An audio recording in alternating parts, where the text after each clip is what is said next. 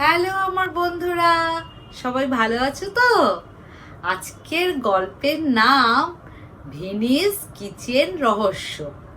লিখেছেন মীরা বালসুব্রমণিয়ান। পড়ি তাহলে। চায়ের সঙ্গে গরম গরম বেগুনি আর পেঁয়াজি খেতে খেতে খুশি মনে ছোট মামা বললেন, সত্যি সত্যি তোমার রান্নার হাতের তুলনা নেই, জবাব নেই। কি বলিস বুলি?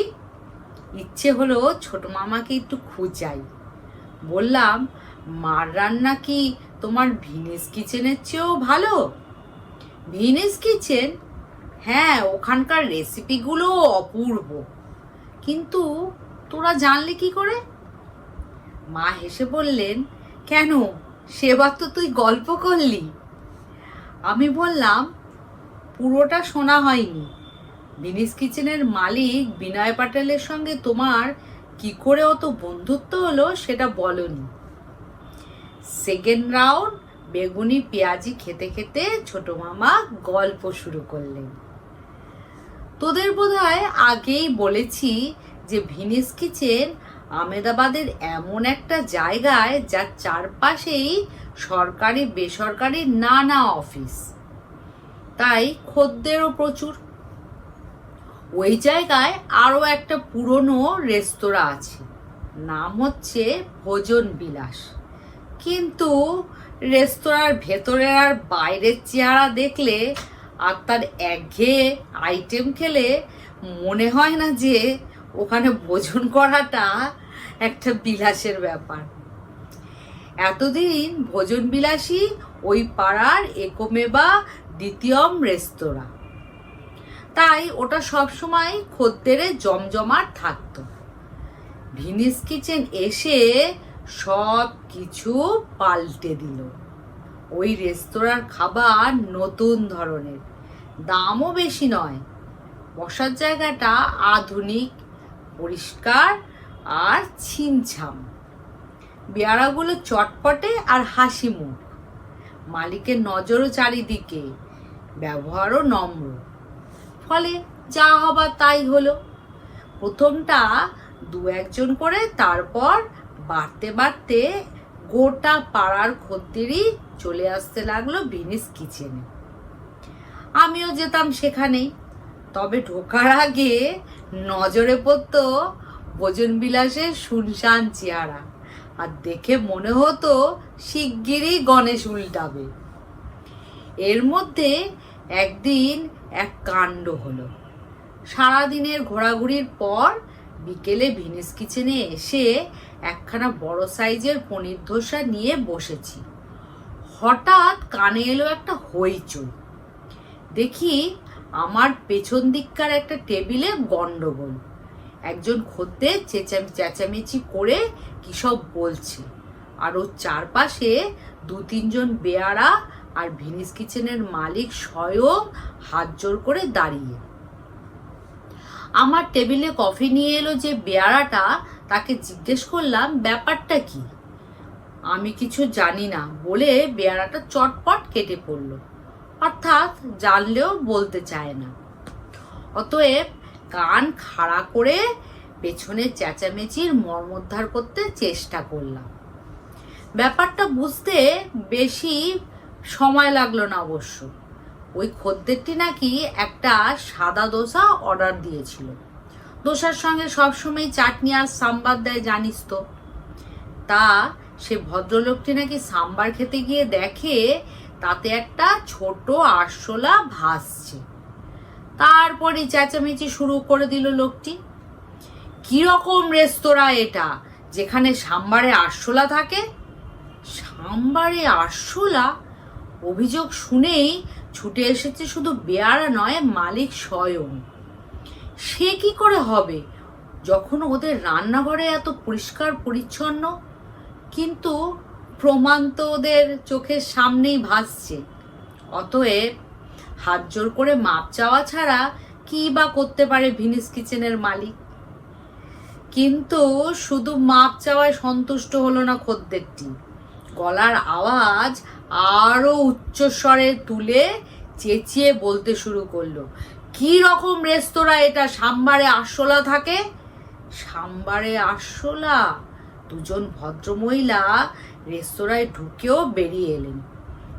আরো দু একজন চটপট বিল আনতে বলে অর্ডারি খাবারের প্লেট সরিয়ে রাখলেন। আমি পনির দোসাটা খেলাম অবশ্য, তবে সাম্বারের প্লেটটা ছুলাম না। আরো খানিক চেঁচামেচি করে সে খদ্দেরটি বিদায় নিলেন। কিন্তু ততক্ষণে ভেনিস কিচেনে সবারই মুখ মলিন, হাতে কোনো কাজ ছিল না, তাই আরেক কাপ কফির অর্ডার দিলাম।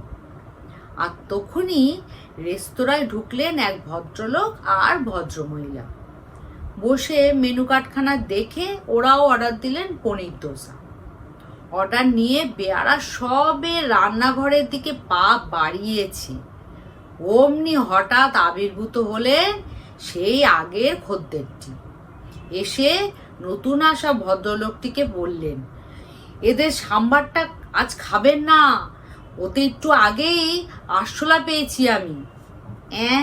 আরশোলা? ভদ্রলোক আর ভদ্রমহিলা দুজনেই আটকে উঠলেন।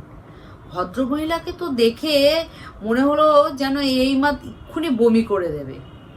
অর্ডার ক্যান্সেল করে তক্ষুনি উঠে পড়লেন ওরা।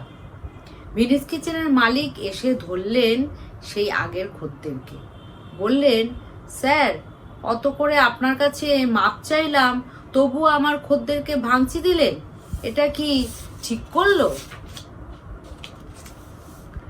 সেই ভদ্রলোক বেশ ভারিক্কি চালে বললেন, মাপ চাইলেই সব দোষ ঢেকে যায় নাকি?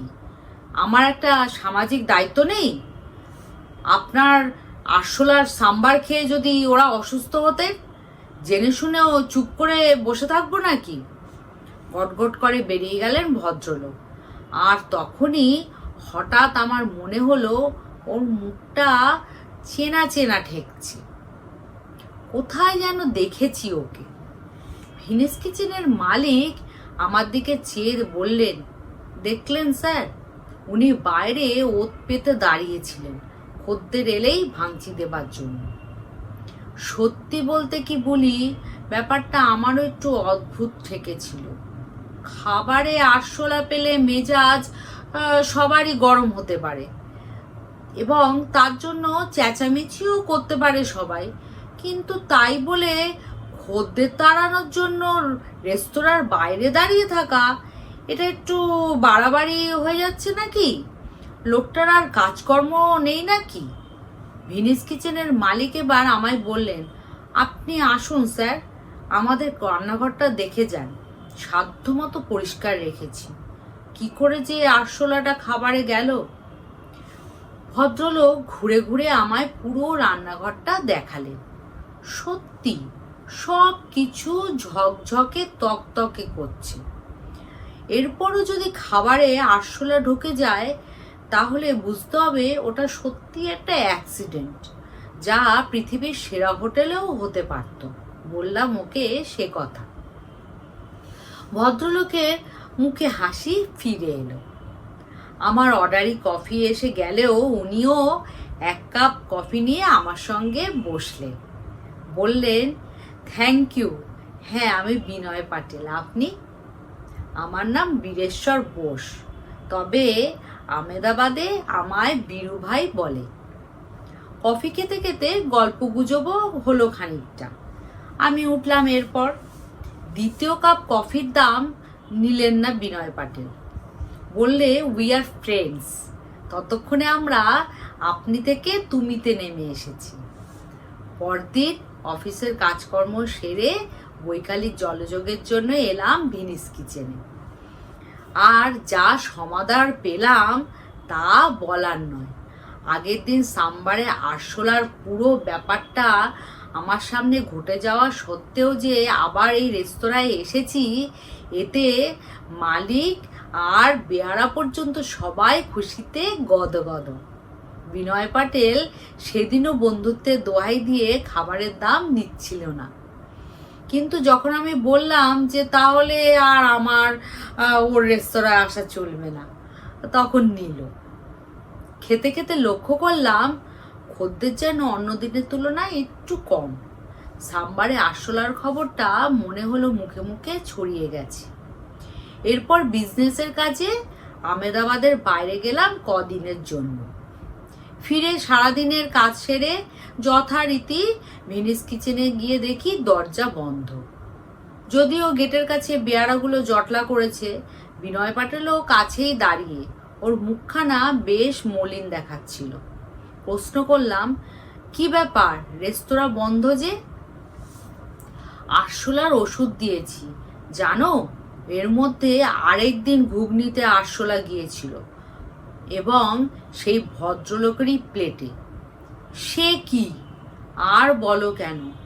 আর কি আশ্চর্য, আরশোলাগুলো যেন বেছে বেছে ওর প্লেটেই যায় শুধু। তাই রেস্তোরাঁয় বেশি করে আরশোলার ওষুধ দিলাম। কি যে করি, এভাবে চললে খদ্দের আর কতদিন আসবে? ভেনিস কিচেন বন্ধ, তাই সেদিন জলযোগ সারতে ভোজন বিলাসে এলাম। খাওয়া সেরে কাউন্টারে পয়সা দিতে এসে শখ খেলাম একটা। চুলটা একটু অন্যভাবে আঁচড়ানো হলেও আর পোশাকটা সাদাসিধে হলেও ভেনিস কিচেনে যে ভদ্রলোকের সাম্বারে আরশোলা পাওয়া গিয়েছিল তাকে চিনতে কষ্ট হলো না, এবং এও বুঝতে পারলাম যে কাউন্টারে বসা ওই ভদ্রলোকই ভোজন বিলাসের মালিক। কিন্তু ভোজন বিলাসের মালিক ভেনিস কিচেনে খেতে যাবে কেন? একদিন নয়, বারবার। ব্যাপারটা বেশ রহস্যময় মনে হলো। একবার ভাবলাম বিনয় পাটেলকে গিয়ে জানাই, তারপর ভাবলাম বেচারা খামোকা চিন্তায় পড়বে। দেখা যাক না রহস্যটা আমি ভেদ করতে পারি কিনা। আফটার অল আহমেদাবাদে এসে অবধি 2-4টি রহস্যের কিনারা যে করিনি তা অবশ্য নয়। হ্যাঁ, ভেনিস কিচেনের রহস্যটা শেষ পর্যন্ত আমি ভেদ করলাম, যদিও ভাগ্য আমার সহায় হয়েছিল। কদিন পর এক বিকেলে ভেনিস কিচেনে বসে কফি খাচ্ছি, এমন সময় জুতো মশমশিয়ে ঢুকলেন ভোজন বিলাসের সেই ভদ্রলোক। ওকে দেখেই বেয়ারাগুলো সব সন্তুষ্ট হয়ে উঠল। ভদ্রলোক দাঁড়িয়ে রেস্তোরাঁর খদ্দেরদের জরিপ করে এমন একটা খালি টেবিলে বসলেন যার খানিকটা আড়াল করে রেখেছে একটা থাম। বসে মেনু কার্ডখানা মন দিয়ে পড়তে লাগলে। ভাবলাম ভদ্রলোককে নজরে রাখতে হবে, কিন্তু আমি বসেছিলাম ঘরের অন্য ধারের একটা টেবিলে। সেখান থেকে ওই ভদ্রলোকের টেবিলটা খুব ভালো করে দেখা যায় না। এক চুমুকে বাকি কফিটা শেষ করে উঠে পড়লাম, এভাবে যেন বেরিয়ে যাচ্ছি।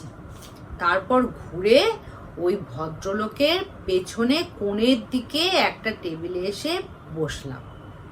জায়গাটা একটু অন্ধকার হলেও ওই ভদ্রলোকের কার্যকলাপ দেখা যাবে ঠিকই। বেয়ারাকে ইশারা করে আরেক কাপ কফি আনতে বললাম। সামনের ভদ্রলোকের খাবার ততক্ষণে এসে গেছে। মনে হলো মশলা দোসা অর্ডার দিয়েছেন উনি। দোসা ভেঙে খেতে শুরু করলেন ভদ্রলোক। খানিক পরে কুর্তার পকেট থেকে ছোট একটা শিশি বার করে সাম্বারের প্লেটে কি একটা ঢাললেন উনি। তারপর তাড়াতাড়ি শিশিটা পকেটে চালান করে দিলেন। ব্যাপারটা অদ্ভুত লাগলো। কি ঢাললেন উনি সাম্বারে? নুন। কিন্তু সব টেবিলেই তো নুন, গোলমরিচের কৌটো সবই রয়েছে। তবে তাকিয়ে রইলাম ওর দিকে। হঠাৎ ভদ্রলোক উঠে দাঁড়িয়ে হাঁক পারলেন, বেয়ারা, ডাকো তোমার মালিককে, আজ আবার তোমাদের সাম্বারে আরশোলা ভাসছে। সাম্বারে আরশোলা? রেস্তোরাঁর অন্য দিকটায় তখন বেশ ভিড়। অনেকেই খাওয়া ফেলে উঠে দাঁড়িয়ে বললেন, আরশোলা? সে কি? ভোজন বিলাসের ভদ্রলোক সাম্বারের প্লেটটা হাতে নিয়ে এগিয়ে এলেন সবার সামনে। বললেন, এই যে দেখুন আপনারা, দুটো ছোট আরশোলা ভাসছে। বিনয় পাটেল ততক্ষণে এসে হাত জোর করে সবাইকে বলতে লাগলো, উঠবেন না দয়া করে, ইচ্ছে হলে সবাই গিয়ে রান্নাঘরে দেখে আসুন। 1 সপ্তাহ আগে বড় কোম্পানিকে দিয়ে পুরো রেস্তোরাঁয় আরশোলার ওষুধ ছিটিয়েছি। বিশ্বাস করুন, আমাদের অন্য কোনো খদ্দের কোনোদিন খাবারে আরশোলা কেন, কোনো পোকামাকড়ই পায়নি, শুধু এরই খাবারে কি করে কি জানি। ভদ্রলোক একটু ব্যঙ্গের হাসি এসে বললেন, হ্যাঁ, শুধু আমার খাবারে দৈবাত আরশোলা পাওয়া গেছে। তবে জেনে রাখুন, একবার নয়, এই নিয়ে হলো 3 বার। বুঝলি বলি, সেই মুহূর্তে হঠাৎ একটা কথা মাথায় বিদ্যুতের মতো খেলে গেল, আর তক্ষুনি ভিনিস কিচেনের রহস্য জলের মতো পরিষ্কার হয়ে গেল আমার কাছে। বিনয় পাটেল মিনমিন করে বলল, কিন্তু শুধু আপনার খাবারেই কেন? এগিয়ে এসে বাধা দিয়ে বললাম, বিনয়, 3 বার কেন, উনি 10 বার হলেও ওর খাবারে আরশোলা পাওয়া যাবেই, কেননা উনি আরশোলার সঙ্গে করে নিয়ে আসেন। এই বলে ভদ্রলোক কিছু বুঝে ওঠার আগেই ওর পকেটে হাত ঢুকিয়ে ছোট একটা শিশি বার করে আনলাম। আমার ভাগ্য ভালো, তখন শিশির ভেতরে 2টো পুচকে আরশোলা ছিল। 2-1 মুহূর্ত সবাই যেন বজ্রহতের মতো দাঁড়িয়ে রইল। তারপর বিনয় পাটেল বলে উঠল, কিন্তু কেন, আমার সঙ্গে ওর কিসের শত্রুতা? শত্রুতা তোমার সঙ্গে নয়, তোমার বিজনেসের সঙ্গে। ইনি হচ্ছেন ভোজন বিলাসের রেস্তোরাঁর মালিক। এবার বুঝতে পারলে তো? জানিস বলি, কলকাতা হলে নির্ঘাত ধোলাই খেতেন ভদ্রলোক, কিন্তু আমেদাবাদীরা গুড ফর নাথিং মারামারি করতেও চায় না। এ সময়টা বরঞ্চ বিজনেসের কাজে খরচ করে শেষ করলে 2 পয়সা ঘরে আসে। তাই সবাই আবার নিজের নিজের জায়গায় বসে খাওয়া শেষ করতে মন দিল। ভোজন বিলাসের মালিকও মাথা নিচু করে বেরিয়ে গেলেন। তবে এরপর উনি আর ভিনিস কিচেনের পেছনে লাগতে আসেননি। আর বিনয় পাটেল, ও তো প্রায় আমার মাথায় নিয়ে নাচে আর কি। যাক, এবার বুঝলি তো কি করে বিনয় পাটেলের সঙ্গে আমার বন্ধুত্ব হলো? গল্প শেষ করে ছোট মামা বললেন, গাটা কেমন ম্যাচ ম্যাচ করছে, বলি আর 1 কাপ চা খাওয়া তো দেখি, বেশ কড়া করে। কেমন লাগলো আজকের গল্প? ভালো তো? তাহলে আজকে চলি। সবাই খেলাধুলা করবে, মন আর শরীর দুটোই ভালো থাকে। পড়াশোনা করতে হয়, তাহলে সব জানা যায়, আর একে অন্যকে সম্মান করবে। টাটা।